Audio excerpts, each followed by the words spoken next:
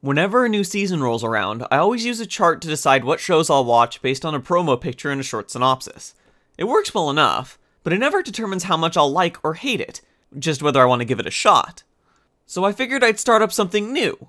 After all the shows I'm watching from the new season have aired at least 3 episodes, I go over them and mention which are good and which are not. To be fair, bad shows could get better and good shows could get worse after this point.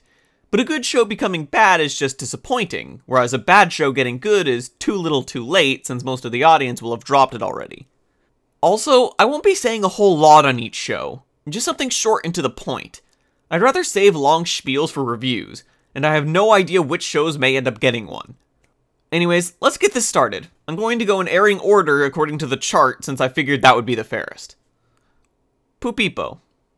While it's hard to feel really invested in anything due to the fast pacing that typically comes with 4-minute shorts, it's still pretty nice. There's actually some form of a coherent plot. It doesn't reset after each episode. If you want something short that's still competently written, you can't go wrong with Puipo. Saikin, Imoto no yoso ka choto o kaishin da ga. This is actually the only show I've dropped so far. I couldn't even make it through the first episode, it was that bad. I think what did it was the approximately 7-minute chunk where she wanted to pee but couldn't due to the chastity belt. It was supposed to be funny or something, but was just incredibly awkward instead. Fuck this show. Witchcraft Works. This is one of the shows I'm enjoying the least, but I'll still probably end up finishing it. If only because they're setting up a big bad character that could result in a pretty cool magic battle. Though it's far more likely it'll just be dumb or anticlimactic. I just wish the main female character was actually capable of showing emotion. It's hard to connect to or give a shit about someone with the personality of a brick.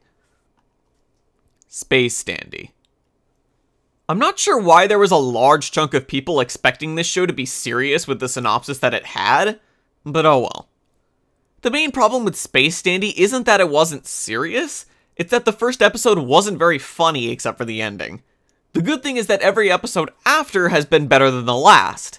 At the rate it's going, it might end up on a much greater note than it started. Noragami.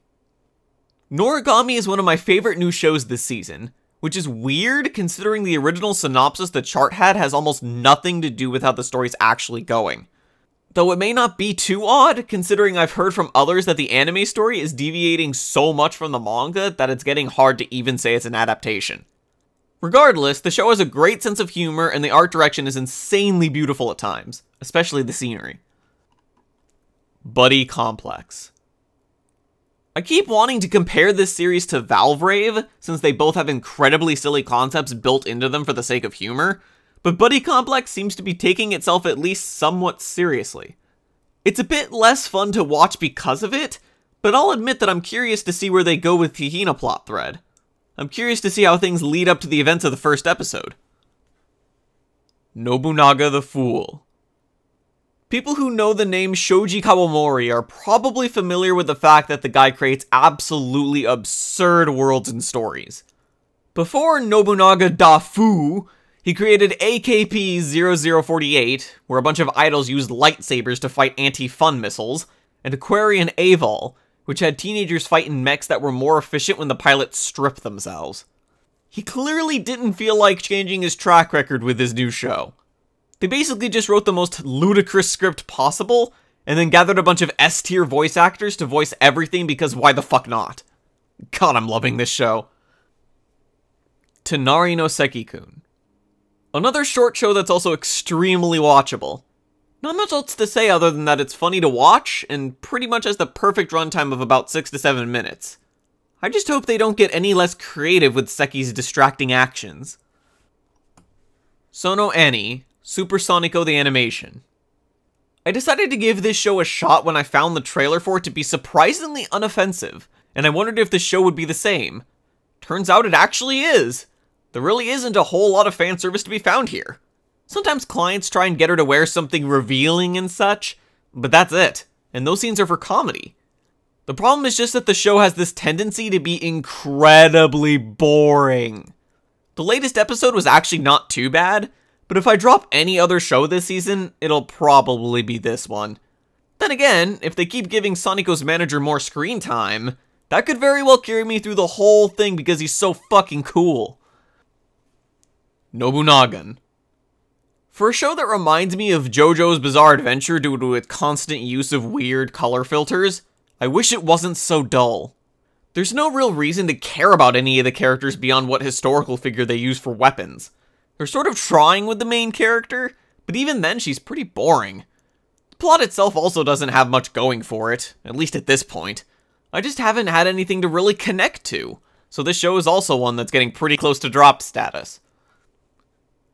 The Pilot's Love Song. I love when stories have a classic adventure vibe to them, and Pilot's Love Song is definitely scratching that itch this season. I was already interested at the start, but the newest episode introduced a twist that has the story going in some potentially interesting directions. The art looks a bit wonky at times, especially the characters, but I just assumed the studio wasn't given a very large budget.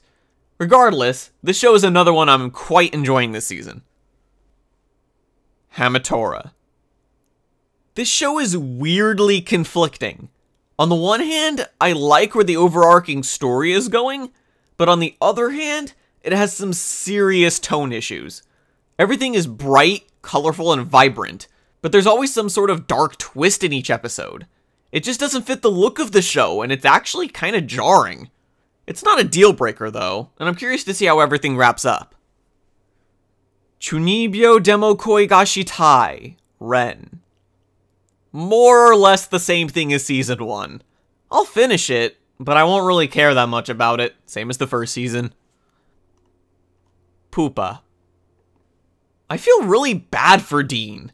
They went through quite a few annoyances just to get this show out there, and when they finally get through that, they're only given a 4-minute runtime.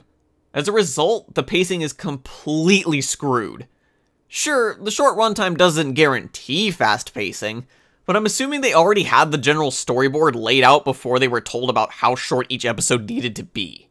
A problem which Galilei Donna also faced last season when they were told they were only getting half the episodes they expected. Most likely as a result of all this, Pupa is pretty underwhelming. I'll probably finish it easily enough due to how short it is, but I'll pity it the entire way. Maho Sensou. I was being really lenient towards Maho Sensou at first because these types of worlds often take a few episodes to set up. That came to an end when the third episode was stupid rom-com hijinks.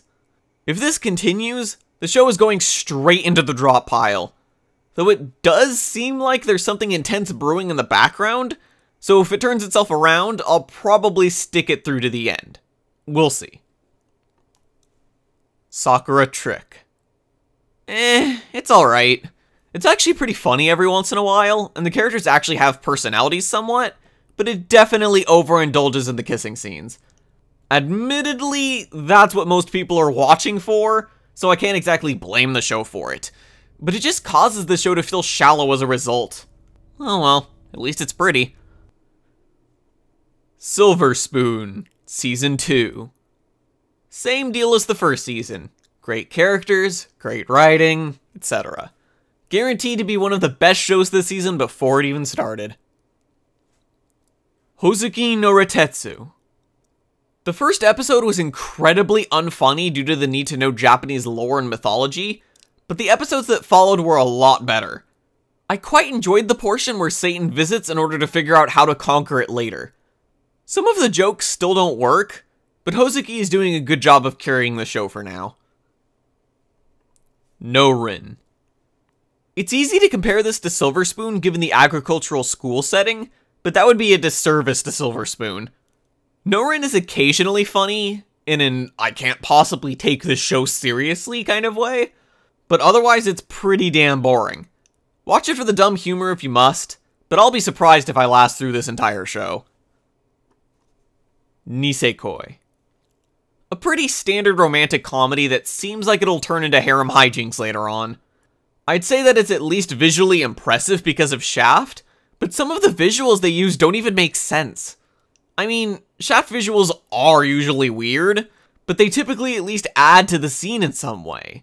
In Nisekoi, it feels like they're just being visually random for the sake of it at times, which comes off as annoying more than anything. I'll stick it out for now, but if it gets as slow and uneventful as manga readers say it does, then I'll probably drop it. Sekai Seifuku, Boryaku no Zvezda. I'm honestly not sure where I stand with this show. On the one hand, it's plenty enjoyable with some pretty good humor, but on the other hand, I feel like the show is trying to be more than just that. I'm already liking it, and maybe time might be able to tell. I just wish I had a more definitive idea of what it's trying to do after 3 episodes. Wizard Barristers, Benmashi Cecile. I'm surprised to see that a lot of people don't like this show. I actually think it's pretty cool. Though that could just be because I get Phoenix Wright vibes from the court trials being so one-sided against the Wizard Barristers most of the time. The actual art isn't too great, though I'm someone who never liked the style of Kite and Mezzoforte. But the actual animation looks pretty damn good, except for some of the CG stuff. The first few minutes of the first episode showed that nicely with the opening chase and the court judgment scenes. I don't care what others have been saying, I'm enjoying this quite a bit. Inari, Konkon, Koi Iroha. It's by pure coincidence that the show I'm enjoying the most is saved for last. I wasn't even going to pick up this show at first because the promo art with the Shinto shrine made me suspect it'd be too Japanesey for a Western viewer. But I was gladly mistaken when I ended up giving it a shot. The show has a great sense of humor and nearly all the characters are charming in their own ways. The one bad thing about this show is that it's only getting 10 episodes. If there's one show you should be watching this season, it's this one.